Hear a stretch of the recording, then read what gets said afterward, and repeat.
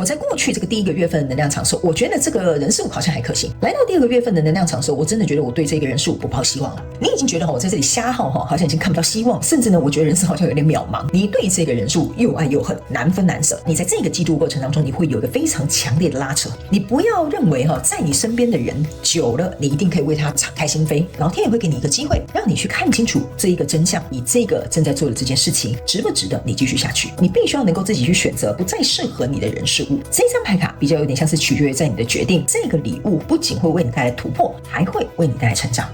Hello， 巨蟹座的朋友们，大家好，我是 Jane。今天这个影片呢是要给巨蟹座的朋友们的技能量运势牌卡解读哦。那我们技能量运势牌卡解读呢，没有任何时间上面的限制，所以如果你刚好不是在我们首播的时候看到这一则影片的话呢，我会建议你以当下的季节为主，或者是前后推敲3个月的时间，通通都可以哈。影片下方资讯栏有详细的影片使用说明。那当然，我也相信什么时候看见就是最适合你的时间点，所以你也可以不需要拘泥这些时间去享受这些讯息，要为你带来当下的提醒就可以了。OK， 好，那么今天呢，一样在开场的同时，会提供给12星座有关于我们技能量运势牌卡解读的整体架构跟流程哦。那么技能量运势牌卡解读有分为上下半场，那目前大家看到我正在洗牌的，这就是我们的上半场。那在上半场的部分呢，我们会先着重在各个月份的能量场的一个轮廓，紧接着呢，会来跟大家分析有关于在这个季度的过程当中呢，这3个月你会遇到哪些的状况，可能会让你感到内耗。接着呢，也会来跟大家分享在这一季的过程当中，你即将可能会拥有什么样的潜力，或者是遇到什么样的契机。 OK，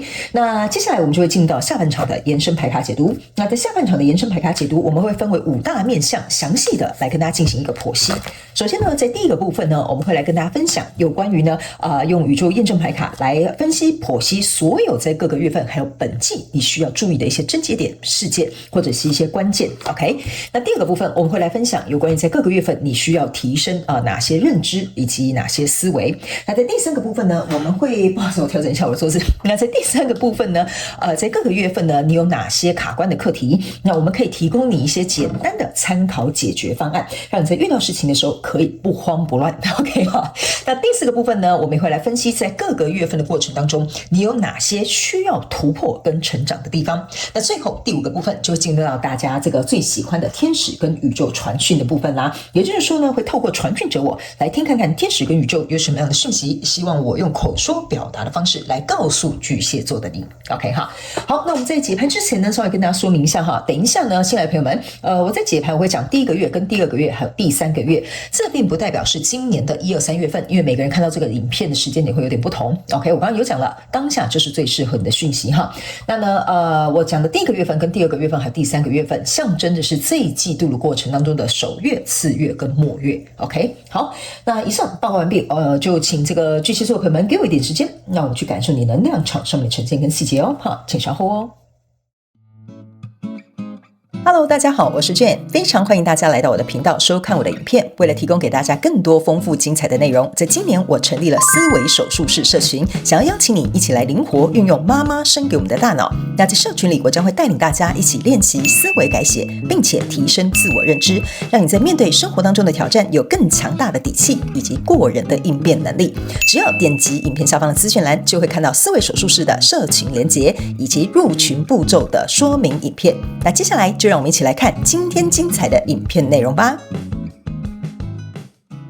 OK， 行，好，巨蟹座的朋友们，我个人会感觉在这个季度的过程当中也就是这3个月呢，我觉得呢，你应该心里会默默下了一个决定这个决定呢是默默的想要从一个你想要交手的这个相关状况人数当中慢慢的抽离，或者是保持距离，或者是想一个解套的方法。我觉得这会是你本季的一个重点，因为我感觉这个跟你交手的这个人数在这一季的过程当中，让你领悟到了人生的某一些道理让你觉得你应该要将这个重心稍微重新做一个调整比例，或者是选择不要再过分的投入，或者是不要再自作多情。 OK 好，我感觉某部分的人是会有这样子的感受出现。 OK 好，那我们准备要进入这个解读的过程当中，跟新来的朋友们说明一下等一下我在讲解这个牌卡过程当中，你必须要跟我一起灵活运用妈妈生给我们的大脑，意思就是说等一下我在讲解呢，你必须要灵活运用套入你想要去对应的这个交手的相关状况人数、事件、梦想或目标，甚至是你的投资感情项目都可以角色可以互换，时间性别没有限制。那我们偶尔会有一些小众的能量场的讯息进来，我会尽可能照顾到每一个人，也尽可能的举例为你说明。OK 哈，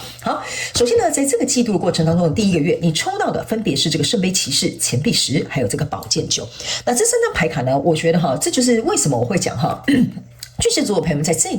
个季度过程当中，这个钱币10你可以看到，这有点像是你可以去象征，就是我在事业上面可能很好的一个成就，或者是我在这个关系上面或者是我在生活上面过得很体面。OK， 这个钱币10给我有一种感觉，就是这个武装起来也好，或包装起来也好，或者是大家表面看到也好的，你在对应的这个人事物其实说实在的，在某种层面上面来说呢，对别人来讲是有一点点羡慕我们这个巨蟹座的朋友。OK 哈，那这个呢，我觉得你也不用说什么，你一定要大富大贵，成为亿万富翁，人家才会羡慕你的身家地位，不用。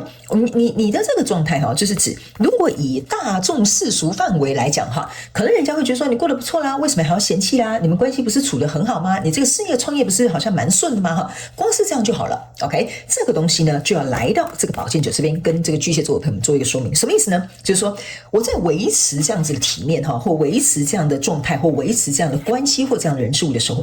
其实呢，你在这里注意看到，你是在淌血的。你躺在这个床上的时候，你看到你眼睛还没有闭起来，还睡不着然后呢，这每一把刀上面都是血。好，这个可以是你的心血。这个就是说我在创业嘛我付出的是这个心血，或者是比如说这个是在我这一段关系当中我可能受过的这个伤痕。OK， 或者是在我对应的这个人事物的过程当中，我可能累积的这些我觉得我不知道为什么这个红色的鲜血它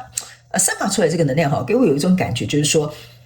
某部分的巨蟹座的朋友们，这可能是一个小众的讯息你在这里可能是有所妥协或牺牲，甚至是奉献的，有点像是你割肉，你知道吗？为那种割肉救母的一个感觉割肉救母不是这样用可是我要告诉你的一件事情，就是说为了要维护这样子，我应该要割一块肉，或者是我要牺牲什么，我要奉献什么，才能够维持这样的东西。然后来到这里呢，你还有一个圣杯骑士，这个圣杯骑士是这个女生把这个圣杯呢，很像是供上去给这个骑士，这个骑士很像要骑马准备要出征了。所以我感觉这个你在对应的交手这个人事物，我感觉不仅在这个过程当中，可能你付出了心血，或者是你的这些奉献跟牺牲之外呢，最重要的是，我觉得在某种情绪上面来说某种情绪上面来说，不管是你内在的情绪也好，或者是受到影响的这种外在能够大家可以看得到那种很明显的情绪也好我个人会认为呢，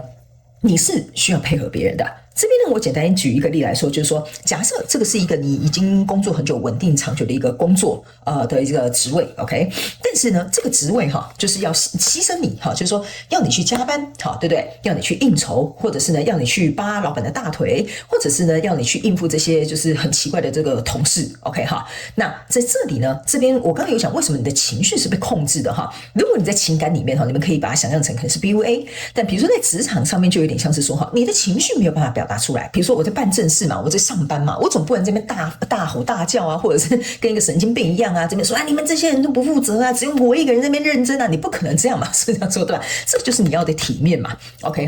所以呢，在这样的过程当中，你可能是压抑你的情绪或控制你的情绪，或你的情绪必须被整个情势所控住。所以呢，你的情绪只能向上供。向上供的意思就是说，这个人事物它在某些层面上面来讲，会让你感觉有一种就是我的情绪无处释放，或者是呢，我这个情绪必须得被压抑下来，或者是呢，比如说对方如果是一个人的话你在对应的这个是一个人的话有一点像是说他叫你怎么样你就得怎么样，就是你老板跟你讲说我现在就是叫你加班，你不要在那边给我那边就是埋怨哀嚎有的没有的，不然你就给我走人 OK， 所以你可能又得闭嘴你可能就要得嘴巴收紧就乖乖的去做你要做的事情。所以在这个状况当中呢，我觉得的确某部分的这个巨蟹座的朋友们，小众的巨蟹座你这个交手的这个人事，我觉得你的确是得到了一些实质的收获，但是我觉得在情绪层面，在内在层面，在这种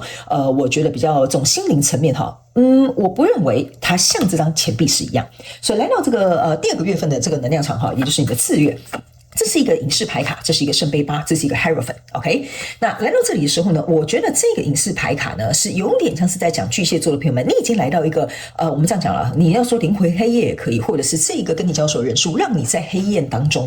感觉到人生好像没有希望，没有那一道光芒。所以呢，你把这个星星从这个灯笼上面拿出来，你就会觉得说我在这边好像也看不到自己发展的未来我在这边好像努力投入也没有人感激我的存在 OK， 所以在这个过程当中呢，这边有一个圣杯八，你把其中一个圣杯拿起来喝了，就是说我以前都是先把这个圣杯给别人喝，就是说我先顾及别人的情绪，我先顾及别人的要求，我先答应别人跟我就是希望我帮忙的什么。但现在你会开始觉得说，我其实应该要把这个圣杯给我自己喝，我应该有其他的选择。所以在地板上这个圣杯其实象征的是你领悟到一件事情，就是说我如果永远配合或讨好别人，或者是附和别人或依附他人，那我永远都没有办法感受到我想要的所谓的我刚刚讲的那一块内在情绪上面的满足，或者是心灵上面的这个丰盛。所以呢，这一张 Hierophant 呢，我觉得来到了一个这个 Hierophant 象征的就是有点像说，你希望这个状况有所提升，或者是你希望这个状况你能够从中去学习什么样的课题。还有另外这边还有一个能量场有一点像是说呢，你希望你能够离开这样子的环境。OK 哈，所以呢，来到未来这个能量场当中呢，你抽到这个是权杖3，抽到这个是宝剑7，抽到这个是吊人牌卡。我个人会感觉在这一季的这个季末，也就是第3个月的时候呢，我认为你在这边应该是会下一个决定，比如说你是要走还是要留，或者是要有计划性的循序渐进慢慢的退出，好，或者是比如说呢，觉得说应该要怎么样做才不会大家交恶，或者是你够平安下庄。我觉得在第3个月你脑袋会想这些东西，为什么呢？因为这边有一个吊人牌嘛，意思就是说现在这个跟我交手这个人是我暂时没有办法，就是这种很大摇大摆的，或者是行动很张扬的，就说不好意思，我要离职了，我要再见或者是说不好意思，我跟你相处不下去，我们离婚吧我觉得你不会做那么直接的决定。OK， 这个吊人牌卡是你正在反过来去思考，我要怎么样走，或怎么样做，或怎么样进行，保持一个距离呢，会比较好。所以呢，来到这边呢，这个宝剑7，你注意看到这个人在偷人家营区里面的剑。对吧？就偷偷摸摸的好像把人家的剑拿走但你注意看这边是一个宝剑5，这边是一个宝剑2，象征的意思就是说，巨蟹座的朋友们在第3个月所做的这个决定不管你的行动是往前或往后或者是目前按兵不动，我个人认为呢，这个宝剑5就是这个宝剑5跟这个宝剑2呢，象征就是说呢，你不想要做到让别人觉得你好像背叛对方，或者是你忤逆对方或者是你突然没有办法受控于对方，你比较有点像是说我默默的去把这个，你就把这个刀想成是这个迎宾里面的这个军事将领他们在用的那个刀，那你把它拿走了，他是不是就没招了？他就不能打仗了，他就不能出去攻打敌人嘛？所以你现在就有点实际上在思考说，我要怎么样把他的力量削弱，或者是我要怎么样让他对我的控制减少就是我简单举例，但是你要自行套用在你的状况当中。所以这一张牌卡呢，这个权杖3象征的意思就是说，你在这边拿着这张纸正在研究，那如果我这些东西我都慢慢的在进行的过程当中，那我该往哪个方向比较好？因为在第3个月，我个人会认为你的方向感还没有很明确，就是说我知道这段关系不健康，这个工作不适合我，这个环境我不应该待，或这个项目我不应该投资，但是你现在说要把这个资金抽手或要离职或者说要离婚那这里就会变成说没有办法那么激进，但是你已经会开始慢慢的一步一步的去进行。OK 所以在这里呢，我感觉是比较有点像是你这个季度的一个轮廓。那其他详细的这些内容可能会发生的事件或者是症结点或关键，我们在下半场延伸牌卡解读，我们再来一一验证跟说明。OK 接下来我先让你看一下，在这一季的过程当中，你有哪些地方你会感到内耗。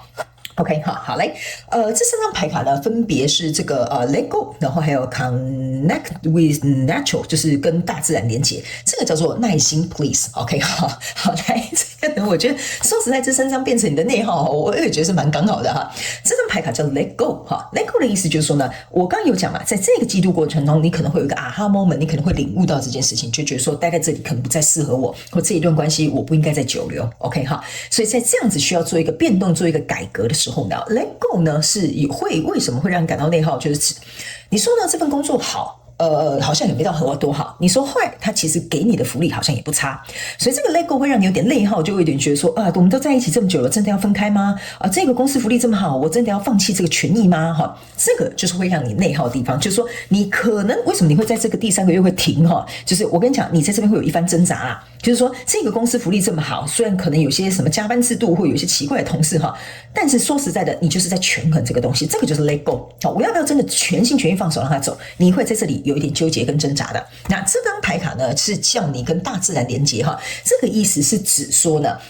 这个内耗不是说你去大自然去户外走走你会很内耗哈，不是的，这一张牌卡哈，其实要告诉你一件事情，就是说呢，你要回到你自己的 natural， 就是说你自己原本真实的样子，就是说你要去连接你自己真实的样子。意思就是说，今天为什么你在这边待不下去，你不高兴，你不舒服，你得不到满足，你应该要回去跟你真实的自己进行一个连接。但是因为我总觉得这个权杖十它的能量场哈，在你整个能量场里面，这张牌卡很重，有点像是把你往下拉。意思就是说，当你每次要往这边走的时候，这张就会把你拉回来。比如说，你们家可能只靠你工作，你们家可能就是比如说只靠你一个人支撑所有的经济大梁，所以你要离开这样子的环境，或离开这样子的福利，或离开这样子的这种他们给你的这种 offer 哈，你会有可能会再被拽回来的。所以这一张牌卡会变成是说，你很内耗的，就是我内心好想要做什么，我内心好想要改变什么，可是现实状况或现实生活好像不容许我这么做，所以这个来来回回的纠缠就会让你感到内耗。这张牌卡叫做耐心，意思就是说，在这一季的整个过程当中哈，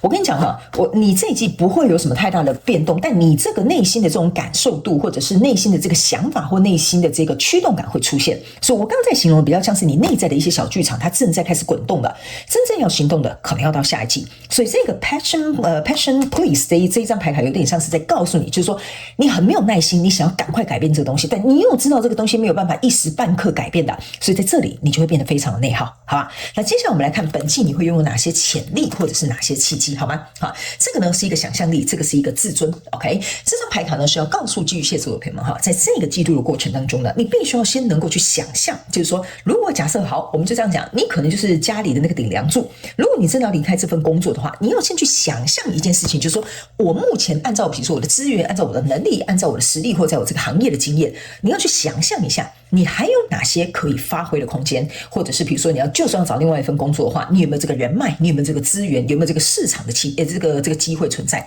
所以这个是请你先能够去思考这个问题，就是说你在这里虽然吊人被吊着哈，但是你要能够去发挥你的潜力，就是说我们去衡量看看，我们去做一下市场调查，你去把你的 resume 先 send 出去，去给市场看看，测试一下这个水温，或者是比如说去跟你们的同行，或者是比如说跟你在这个同业当中的这些朋友或人脉，去尝试看看有没有人会欣赏你或挖角你或需要你。 OK， 这个就是这一个月你会拥有的一个潜力，就是说你要把这个潜力发挥出来之后，让这个潜力来告诉你你的答案到底可不可以。那另外这一季的这个契机呢，象征就是你的自尊。他们要告诉你一件事情哈，为什么自尊会变成你的契机？因为我要跟大家讲有些时候我们自己会有自己的一些就是道德观呐，会有自己的一些面子啊或原则的一些问题。这个自尊就是你的契机，为什么呢？原因就是说，如果假设这份工作的确是给你很好待遇，但是他们可能羞辱你、霸凌你、欺负你，或者是不善待你。OK， 你这个自尊是不可能被别人践踏在地板上的。所以，当你这个自尊被别人践踏在地板上，或者是被别人利用、被别人欺负的时候，我告诉你这个反弹的力量是很大的。所以我感觉这张牌可是要告诉巨蟹座的朋友们，在这个季度过程当中你会因为自尊不管是受什么样的屈辱、受到什么样的打击或受到什么样的影响你反而会开始引导你自己走这一出，就是我们刚形容的这个东西，然后开始去得到一个转变的契机。所以你的契机来源是来自于你的自尊、你的面子，或者是你自己的这种自己对于自己内在的价值的这种不肯否定。OK， 好，所以我觉得这个呢，可以提供给巨蟹座的朋友们做一个参考。那没关系，我们现在接下来要进入到下半场的延伸牌卡解读了。那在下半场的延伸牌卡解读，我刚刚已经有介绍过，我们会在5个大面向做一个详细的剖析跟解说。首先，第一个，我们会用宇宙验证牌卡来验证所有刚刚我要传递给你的这些讯息的一些细节、症结点或者是一些事件，我们一起来详细剖析。第二个部分，我们会来看看在这个各个月份还有整个季度过程当中，你需要提升哪些认知跟思维可以让你在这个状况呢能够比如说超前部署，或者是我们可以快速通关一点点。那第三个部分，我们会来看在各个月份卡关的课题当中，我们可以提供给你哪些快速的解决方案。在第四个部分，我们会看看各个月份你有哪些需要突破成长的地方。最后，我们就会进入到大家最喜欢的天使跟宇宙传讯的部分啦。OK， 好，如果呢你想要来加入我们下半场延伸牌卡解读，那我们下半场延伸牌卡解读的影片连结就在这支影片下方的这个资讯栏的第一行，你就会看得到它。好吧 ，OK 哈，所以欢迎你们一起来到下半场延伸牌卡解读哦。对不起哈，不能打到中指哈。很多人呢来到下半场延伸牌卡解读哈，甚至他们把这些影片呢回来重复再去观看的时候，他们才知道说，经历过时间的推演，原来这些东西在跟他们提醒这样的事情。所以呢，我会建议你如果你愿意，或者是你想要考虑要来我们到下半场延伸牌卡解读的